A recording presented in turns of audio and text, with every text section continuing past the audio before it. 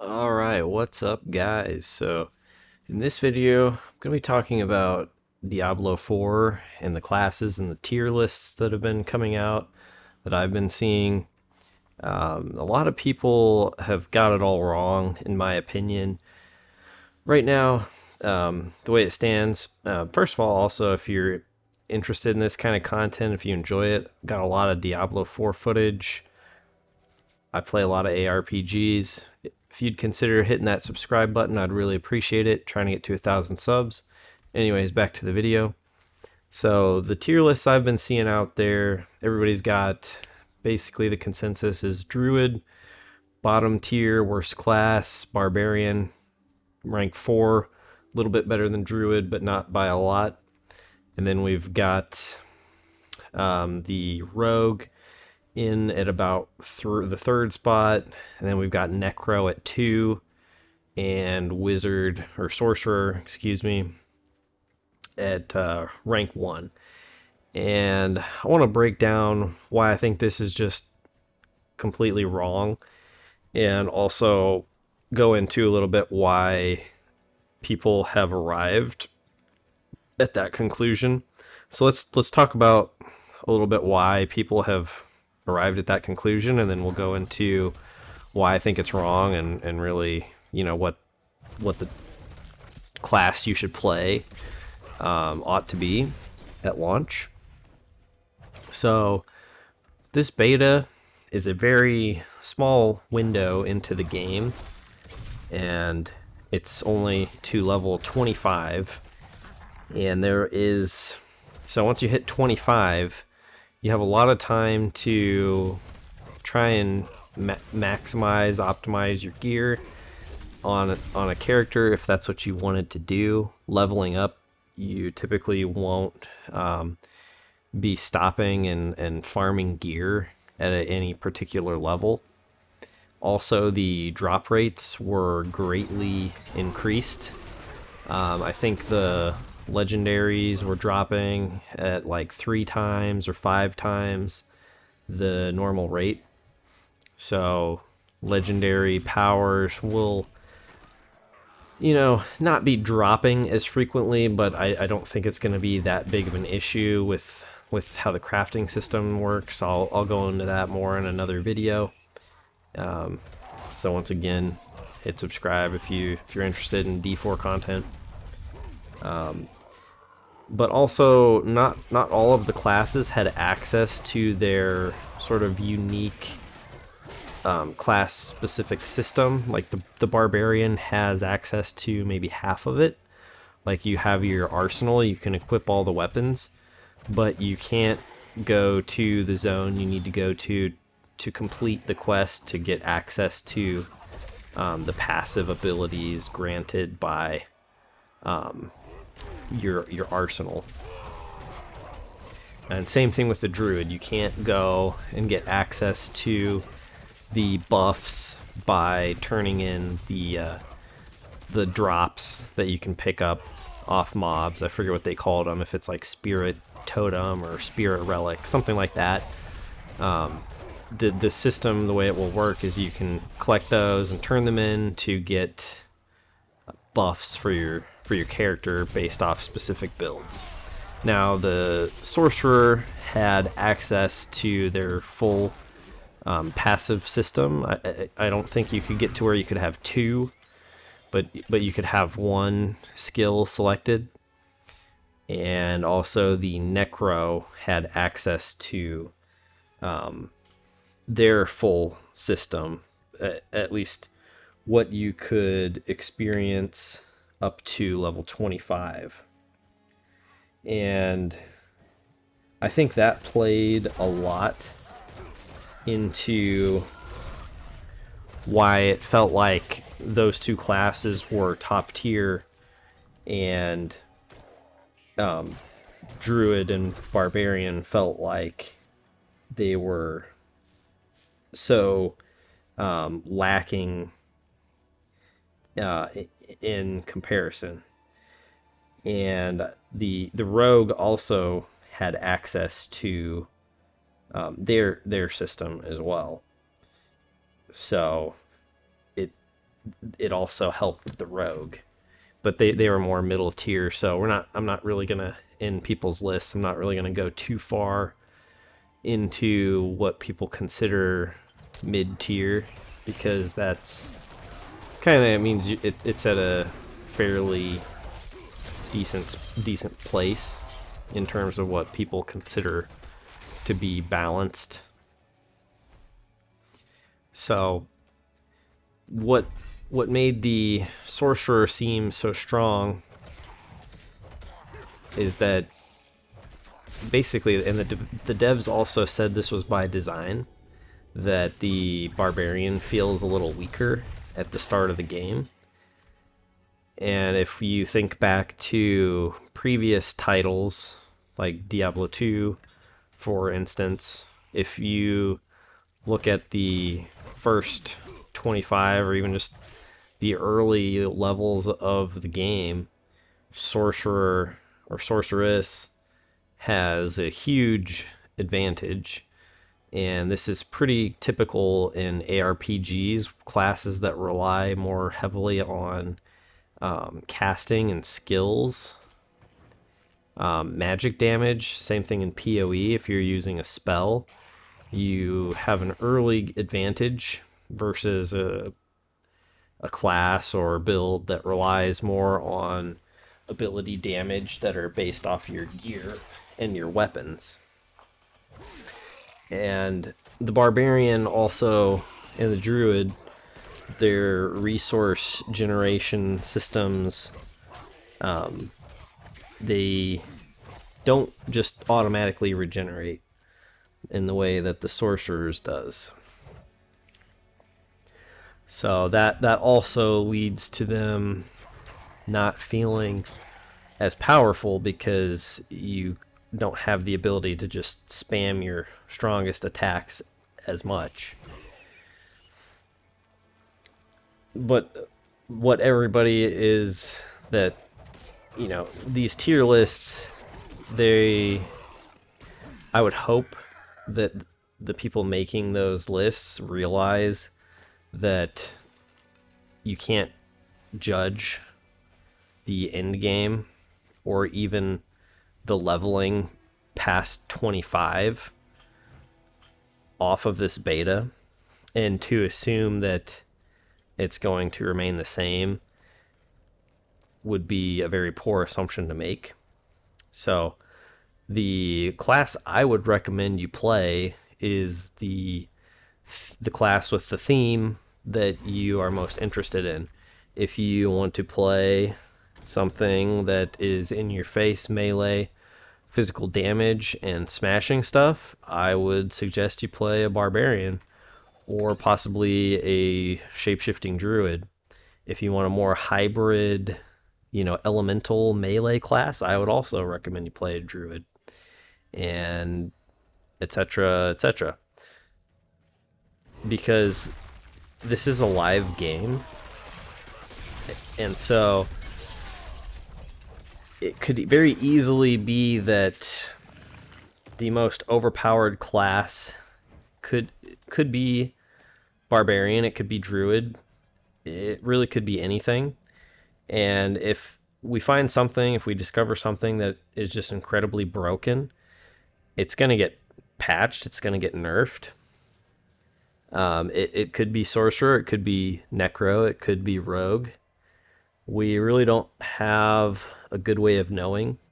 Even those that got access to the endgame beta, they may have somewhat of an idea, but we don't know what will get tweaked between now and release.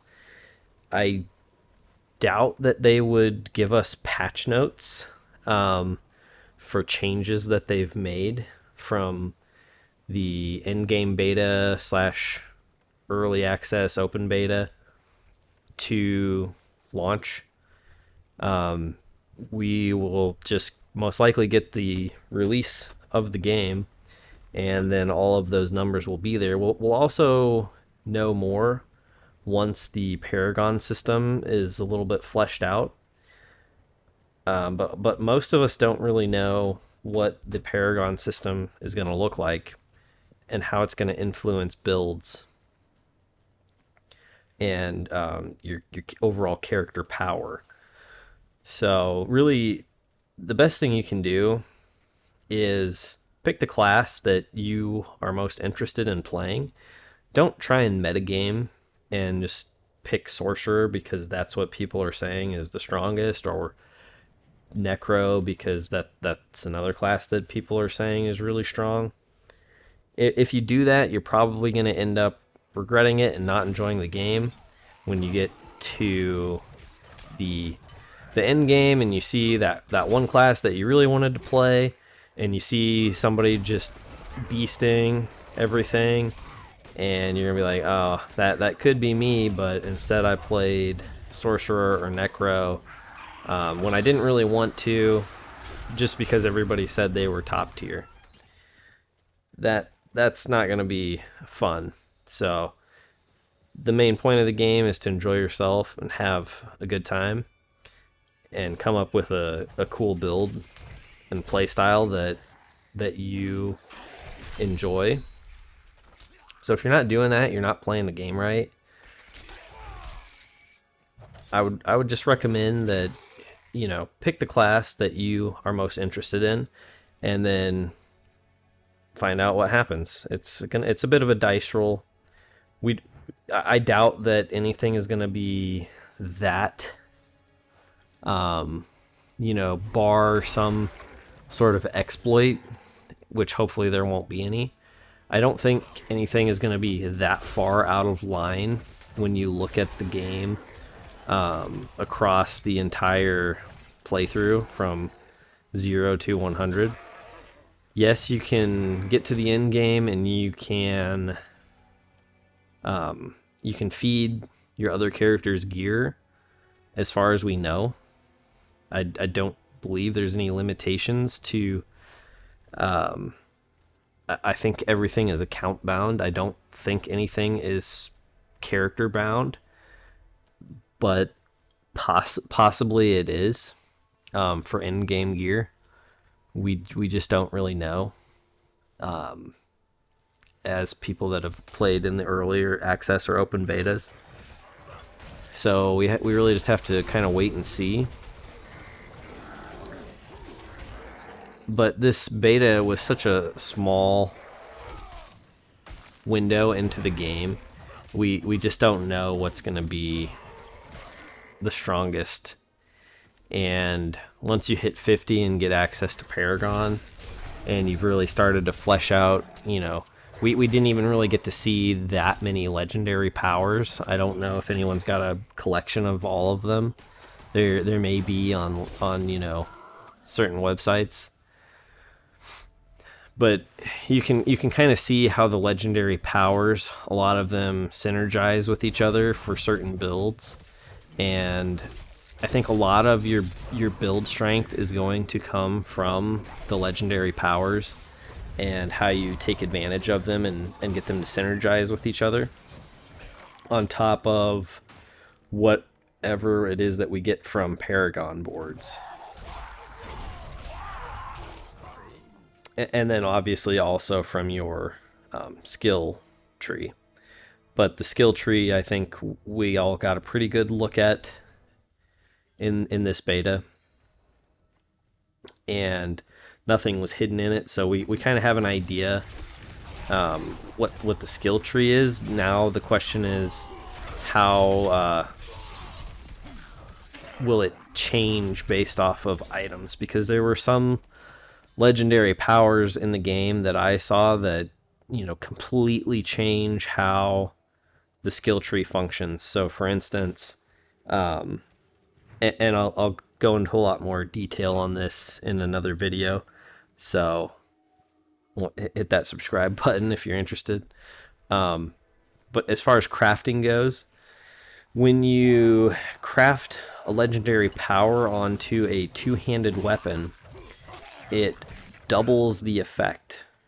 And this is kind of an interesting mechanic, because when you think about Barbarian, you have two-handed weapons. that you can craft legendary powers onto. And we also just don't know if you craft the same legendary power twice, if one, is that possible, and two, is it redundant, or does it have like a doubling of the effect, potentially. But the example I wanted to use is on the druid. You have the boulder skill, and it is a wrath skill, I believe, off the top of my head. So normally, you know, just from the skill tree, the way it functions is it operates on a cooldown and has no resource cost. I found a legendary item that converts it from a wrath skill into a core skill, which the core skills are the ones that you can cast based off of your resource, so based off your spirit. It converted it into a core skill with 80% damage, and it costs 60 spirit. So I had the thought, well, hey, what if I craft this onto a two-handed weapon? Will it be 160% damage? And how will the spirit cost be affected? So I tested it. I wanted to see how it would work because it was a pretty cool skill. So I put it onto a two-handed staff, and it did double the damage. So that made my boulder into a core skill with 160% damage with a 60 spirit cost. And I tested out this build. I think I actually have some footage of it. And I tested out this build. It worked okay. It wasn't the strongest build that I had for Druid, so I switched back to a different build, my lightning build that I showcased. But it was fun, and the other interesting part of it was the amulet, or whatever item I had that gave plus to wrath skills, no longer gave bonus to boulder, because now it considered it as a core skill, so it would get buffed by items that gave plus to core skills, but not plus to wrath skill, even though it's in the wrath tree. So I think there's going to be a lot more depth to the interactions and items and the skill tree and paragon boards than we realize. And this is going to lead to just a lot more build diversity than I think people are really aware of, because the way that they've done the legendary powers in this game, it completely alters the play style of your build, and the way that you take advantage of this is going to, I think, determine the strength of a character and of a build. So just basing tier lists off of the base class with really not very many legendary powers, it's no wonder that, and also that these classes that have access to their, you know, unique class passive type system, it's no wonder that those classes feel stronger in the early game, when they are probably more of an early game class than some of the others.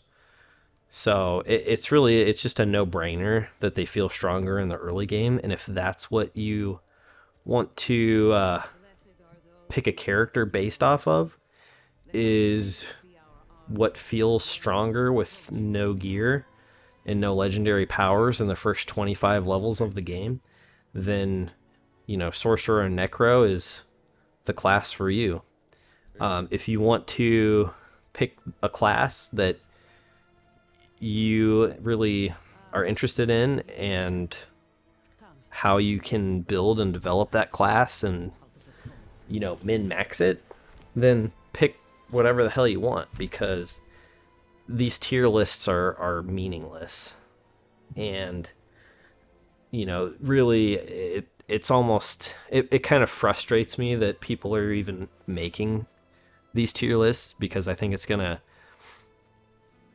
lead people into picking classes that they don't probably want to play just because they don't want to get left behind. Because in these types of ARPGs, everybody wants to rush to the end game and start farming gear before anybody else and get as powerful as they can before anybody else. So part of me almost wonders if, some of these more popular YouTubers that have been making those videos know that, and they're just like, hey, I'm going to get everybody that I can convinced to play these two classes, and then I'm going to play a different class that fewer people are playing, so it's less likely that their imbalanced things will be discovered as quickly. Because here's the other thing, in terms of just like metagame, is when a majority of people pick one or two classes, if there's anything that's, out of tune for those classes or a little too strong, or even if it's not necessarily too strong, but enough people feel that it is, and it gets enough attention, that's when classes or characters, etc., start to get hit with nerfs.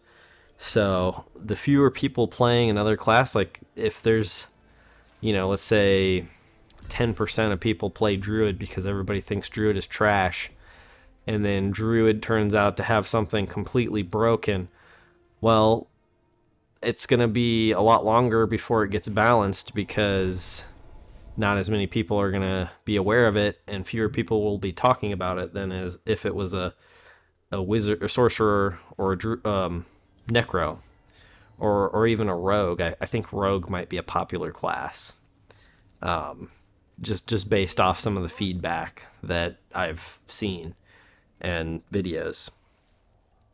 So really, if you pick a class based off these tier lists, I feel like, I feel a little sorry for you, because you're missing the point of the game, and I think it's going to come back to bite you in the butt. So please don't.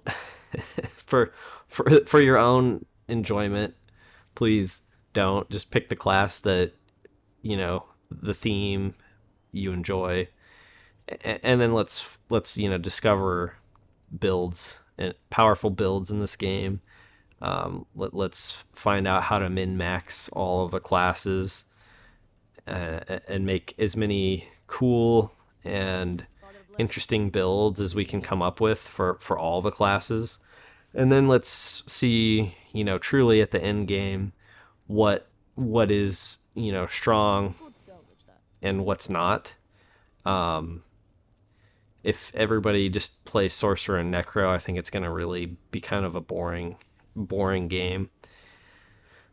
I usually play hardcore. I probably won't play hardcore right off the bat, because one, I want to get through the story, and two, hardcore is more of like, once I've played the game and how it works, it's that added challenge.